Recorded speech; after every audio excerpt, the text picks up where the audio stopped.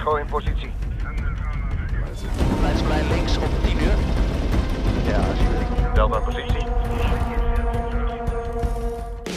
Halo warga Nobar, siapa kabarnya bebuhan pian hari ini? Kembali lagi bersama saya Mamang Tobi, sang pengangguran profesional yang kali ini akan membawakan film terbaru dari negeri VOC. Berdasarkan kisah nyata, film ini menceritakan tentang seorang pria yang diinjak-injak negaranya sendiri lalu nekat melakukan aksi teror yang menghebohkan daratan Eropa. So, tanpa berlama-lama lagi, siapkan mata, telinga, dan anu-anuan kalian semua. Mari kita nobar dan inilah iHostage.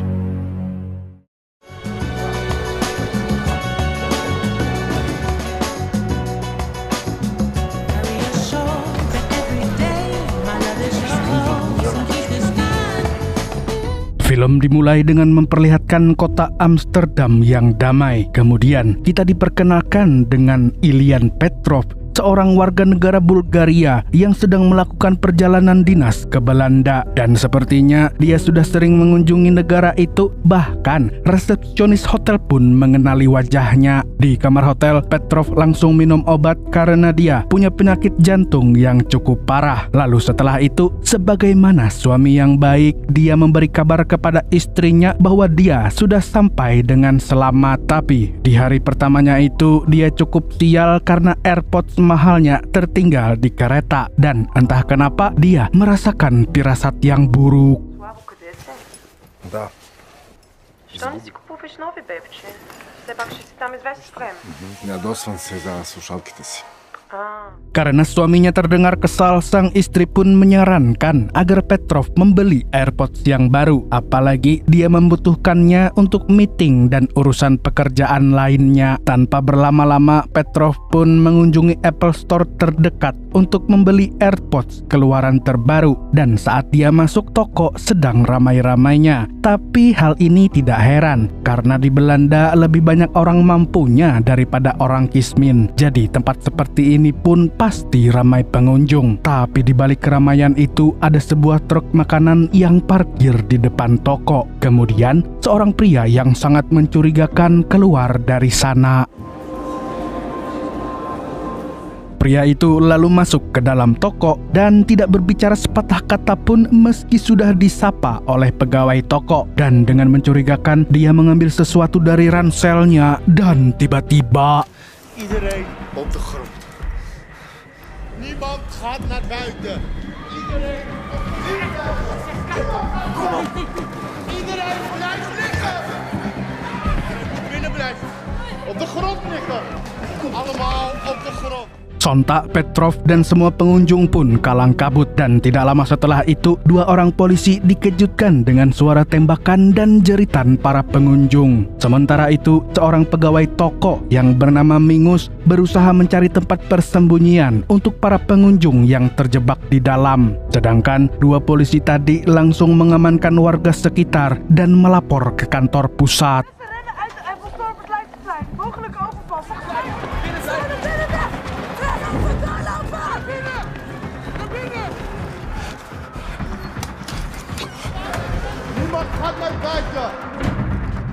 Di saat semua orang mencari tempat bersembunyi, Petrov justru mati langkah dan akhirnya menjadi sasaran si teroris yang mari kita sebut saja dia Ammar. Di sini Petrov merasa sangat apes karena dia datang hanya untuk membeli AirPods tapi malah jadi sandera. Setelah mengikat tangan Petrov, Ammar menunjukkan dirinya ke hadapan polisi dengan seragam militernya. Tapi tidak disangka-sangka, di balik seragam itu ada bom yang terpasang. Sontak, para polisi pun langsung melaporkannya ke pusat agar mengirimkan pasukan anti-teror. Sementara itu, Ammar menundukkan senjata dan menembak kaca toko.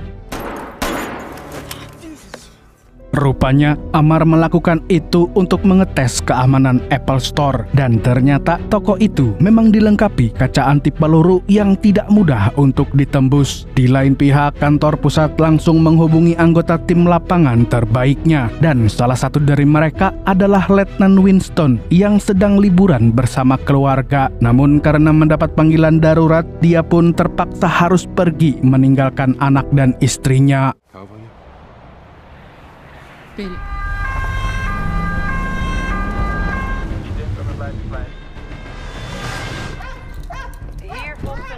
voor alle eenheden. Niemand het Leidseplein meer op. Ik herhaal, het Leidseplein. Selain memanggil pasukan anti-teror, kantor pusat juga menghubungi seorang investigator handal bernama Kis. Dia akan ditugaskan untuk membujuk Amar agar mau melepaskan para sandera. Di waktu yang bersamaan, Amar menyeret Petrov ke hadapan polisi sambil menodongkan pistolnya. Di sini, Amar meminta kepada polisi untuk mendatangkan negosiator secepatnya. Wil een onderhandelaar.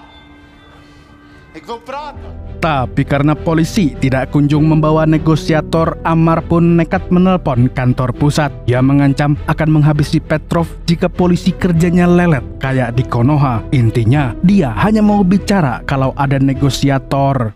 Hallo, hoort u mij? Hallo? Ja, ik hoor u. Voor mij. Geen grap over, alles gaat de lucht in. Onderhandelaar voor u te regelen. Dat is goed, jullie hebben nu mijn nummer, toch? Di sisi lain, Mingus yang masih bersembunyi di gudang meminta agar para pengunjung toko untuk tidak keluar karena sangat berbahaya. Dia kemudian meminjam ponsel salah satu pengunjung dan melaporkan situasinya pada polisi. Dia juga memberitahu bahwa masih ada banyak pengunjung yang tersandra di sana. Mendengar itu, polisi pun memintanya untuk tetap tenang karena pasukan anti-teror akan segera datang. Oké, kan iemand jullie zien? Weet iemand dat jullie daar zitten? Ja, met een geweer. En we proberen de situatie nu zo goed mogelijk in kaart te brengen. Het is gearriveerd bij het zicht. U kunt meekijken, OC. Blijf kalm. Voor nu is het cruciaal. Di waktu yang bersamaan, Kis sang investigator akhirnya tiba di kantor pusat. Sementara itu, Winston dan pasukan yang baru sampai di TKP mendapat tugas untuk bersiap di posisi masing-masing. Kom op, go!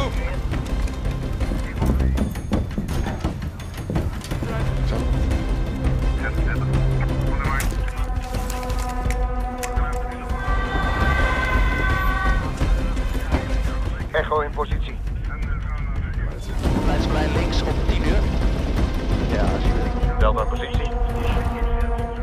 Ketika hari sudah gelap, kantor pusat memanggil seorang negosiator yang bernama Lin. Di sini, Kis menyerahkan tugas ini kepada Lin sepenuhnya dan dia akan membantunya dari belakang. Intinya, tugas Lin kali ini adalah harus bisa membuat Amar keluar dari toko. Karena dengan begitu, tim lapangan bisa menangkapnya. Gewoon naar buiten laten wandelen met die explosieven, dat is helemaal geen optie. Zet hem op. Kemudian kita diperlihatkan dengan Kapten Abe yang datang ke TKP untuk memimpin Winston dan tim lapangan. Sebelum ditugaskan menjadi kapten di pasukan anti-teror, dia dikenal sebagai pasukan khusus terbaik di Belanda. Sementara itu, Lin dan tim negosiator sedang bersiap untuk bernegosiasi dengan Amar. Tapi saat ditelepon, Amar tiba-tiba memutus sambungannya untuk menunjukkan bahwa dialah yang mengendalikan situasi. Ketika Amar sedang menunggu panggilan berikutnya, Petrov yang kesakitan pun memohon agar dia diizinkan minum obat. Dan tidak disangka teroris satu ini ternyata masih punya nurani dan langsung mengambilkan obatnya.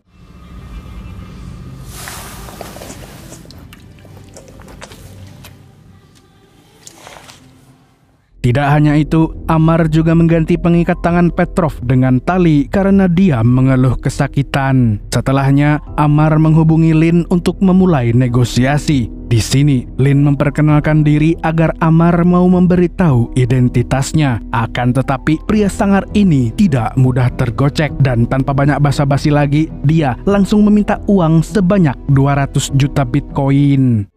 Ik wil 200 miljoen aan bitcoin. Best een aardig bedrag. Aardig bedrag! Wat jullie mij hebben aangedaan, is 200 miljoen. Jika polisi tidak bisa, maka Amar mengancam akan meledakkan toko Apple tersebut. Di sisi lain, Mingus dan para sandera masih bersembunyi di gudang. Namun karena frustasi, salah satu sandera malah menyalahkan Mingus dan menuduhnya sebagai antek Amar. Untung saja masih ada sandera yang waras dan membela Mingus. Petrov yang penasaran pun bertanya kepada Amar kenapa dia melakukan ini semua. Amar pun menjawab dengan menggebu-gebu bahwa dia ingin balas dendam kepada polisi dan pemerintah yang telah menghancurkan hidupnya. Di sini dia tidak memberitahu apa yang dilakukan pemerintah sampai-sampai bisa menghancurkan hidupnya. Tapi yang jelas Petrov bisa melihat amarah dari sorot matanya. Tak ingin banyak basa-basi, Amar pun melanjutkan rencananya dengan melakukan selfie bersama Petrov lalu mengirimkannya ke email resmi kepolisian. Kebetulan foto selfie itu diterima langsung oleh Kiss. Dan setelah diperhatikan dengan detail, Kiss curiga kalau bom yang dipasang oleh Amar adalah palsu. Dia pun meminta Kapten Abe untuk melakukan identifikasi. Karena jika asli, maka bom tersebut bisa meruntuhkan satu gedung toko. Tapi kalau palsu, maka tim lapangan bisa langsung menggerebeknya. Di lain pihak, Mingus dan para sandera mulai saling berkenalan untuk mencairkan suasana. Mereka juga berbincang tentang kehidupan masing-masing walau nyawa mereka sedang berada di ujung tanduk. Sementara itu, Amar mulai muak dengan Lin yang selalu ngalor ngidul. Dia kembali menegaskan kalau pemerintah dan polisi harus membayar 200 juta Bitcoin serta membiarkannya pergi ke luar negeri. Karena jika tidak, maka toko tersebut akan meledak beserta semua isinya. Mendengar itu, Lin pun berusaha tenang dan kembali menanyakan identitas Amar. Akan tetapi Amar hanya memberitahu inisial namanya, yaitu Double A. Di saat yang sama, Kiss mendapat laporan bahwa ada seorang sandera di lantai atas yang membuat postingan minta tolong di Instagram. Melihat itu, dia pun memberi komando kepada Kapten Abe untuk melakukan penyelamatan sebelum Amar melihat postingan tersebut. In de Apple Store staat inmiddels al op meerdere websites en op de Boven het socials. gebouw zitten. Oké, die mensen moeten daar zo snel mogelijk Leg contact met de internetproviders. Tim lapangan pun segera menghubungi Mingus untuk menggambar denah toko sehingga mereka bisa masuk ke lantai atas tanpa ketahuan. Namun di lain pihak, Kiss menemukan masalah di mana sandera yang membuat postingan Instagram tidak mau menghapus postingannya. Padahal itu bisa membahayakan sandera lain jika ketahuan oleh Amar. Dan ternyata sandera tersebut memang sengaja ingin pansos. Sontak, Kiss yang sudah hilang kesabaran pun langsung mengancam akan menjebloskannya ke penjara. Heb jij dat bericht over die mensen in de Apple Store gepost? Persoonlijk een arrestatieteam naar je toe die je met een zak over je kutten komt. Kiss lalu menyuruh Lin untuk mendistraksi Amar dengan mengajaknya bicara. Dan pada saat itu juga Winston dan tim lapangan mulai menyusup lewat pintu belakang toko. Dalam perbincangannya kali ini, Amar mulai terbuka kepada Lin. Dia memberitahu bahwa pemerintah dan polisi tidak pernah adil kepadanya. Bahkan dia pernah dipenjara padahal tidak melakukan kejahatan apa-apa. Di sini, Amar menuduh pemerintah rasis karena memperlakukannya tidak adil hanya karena dia keturunan Suriah. Sebagai negosiator yang baik, Lin pun menunjukkan simpati kepada Amar. Dan tanpa diduga, Amar pun mulai percaya kepada Lin sampai memberitahu nama aslinya. Er zijn genoeg mensen die om jou geven. Daar ben ik zeker van. Double A. Zeg maar Ammar. Dengan cepat, tim penyelidik pun langsung mendapatkan informasi lengkap tentang Amar. Dan ternyata Amar memiliki riwayat gangguan jiwa yang cukup parah. Singkat cerita, Winston dan pasukannya berhasil masuk ke lantai atas dan diam-diam mengevakuasi Sandra. Mereka pun buru-buru pergi sebelum Amar tahu.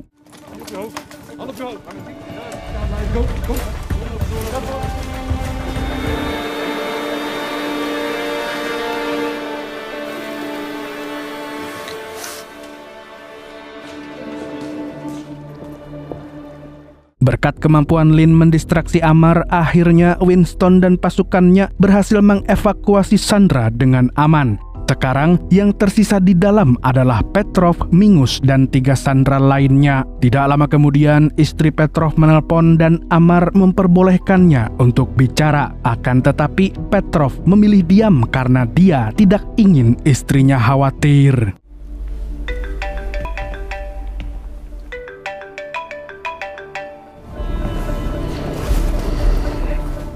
Waktu demi waktu pun berlalu dan Amar mulai gabut sambil menunggu transferan dari pemerintah. Dia pun akhirnya deep talk dengan Petrov. Di sini, Petrov turut prihatin dengan Amar dan keluarganya yang selalu didiskriminasi. Tapi dia juga mengatakan kalau aksi yang dilakukan Amar sangatlah tidak bijak. Mendengar itu, Amar tidak membalas apa-apa dan malah mengajak Petrov ngopi bareng. You want coffee?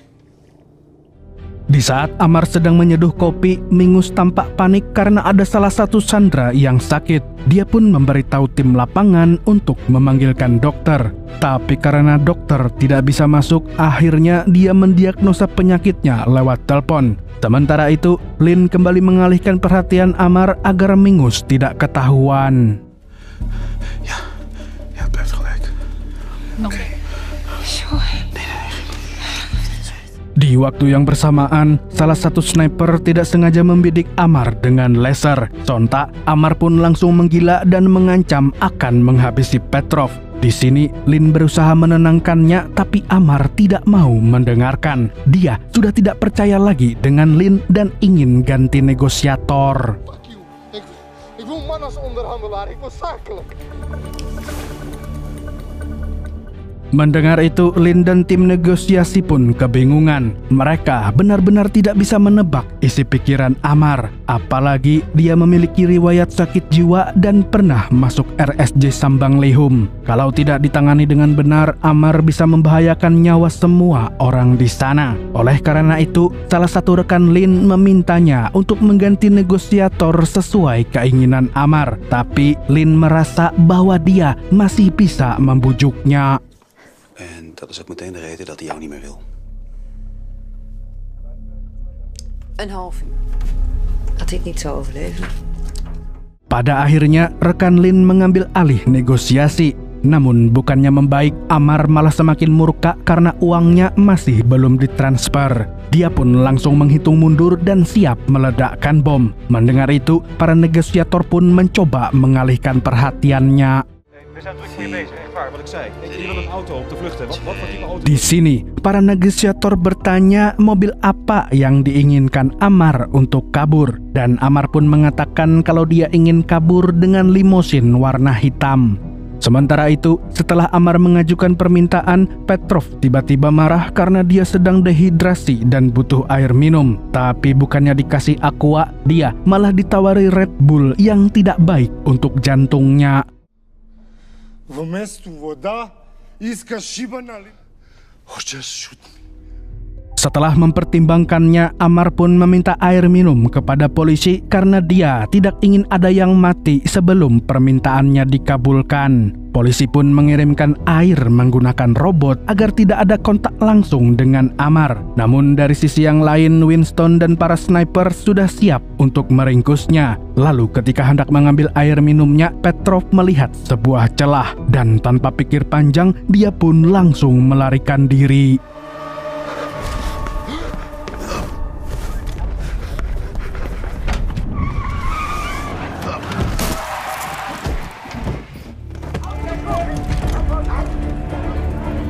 Berkat Petrov, Amar pun terkapar di tengah jalan setelah ditabrak oleh Winston. Melihat aksinya itu, Kapten Ebb pun memberikan pujian dan dia menjamin kalau Winston akan mendapat medali penghargaan. Selagi tim lapangan menjinakkan bom Amar, Petrov mendapatkan perawatan medis karena kondisi jantungnya semakin melemah.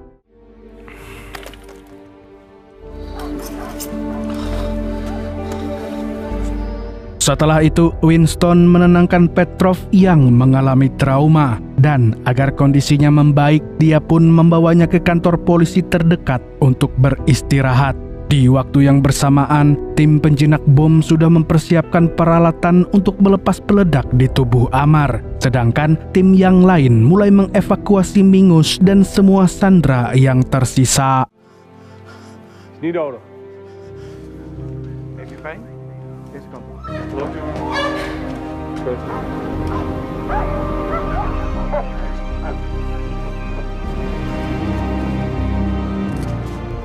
Di sisi lain, Lin justru merasa kecewa karena gagal dalam negosiasi. Namun, Kis berusaha menenangkannya dan mengatakan kalau Lin sudah bekerja dengan baik. Dan yang terpenting, semua sandera berhasil diselamatkan. Bersamaan dengan itu, pihak kepolisian berterima kasih kepada Mingus yang sudah memberikan informasi selama proses penyelamatan.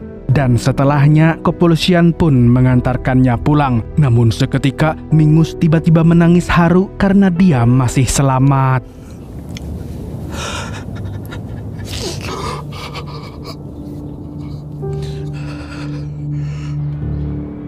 Keesokan harinya, kota Amsterdam kembali damai seolah tidak terjadi apa-apa.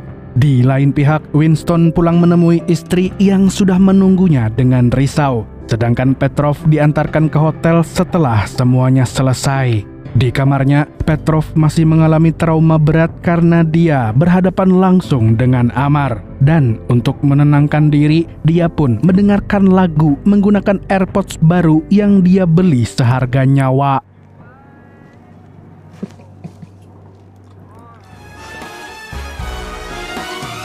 Dan film pun tamat. Di akhir film, Amar dikabarkan tewas setelah ditabrak Winston. Sementara itu, pemerintah Belanda akan memperketat keamanan agar hal serupa tidak terjadi lagi.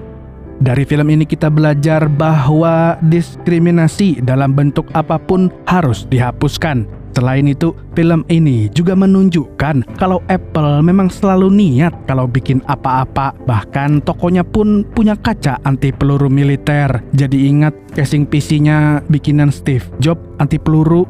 Segitu dulu dari saya, Tobi, sang pengangguran profesional. Oke, sampai jumpa di video-video selanjutnya.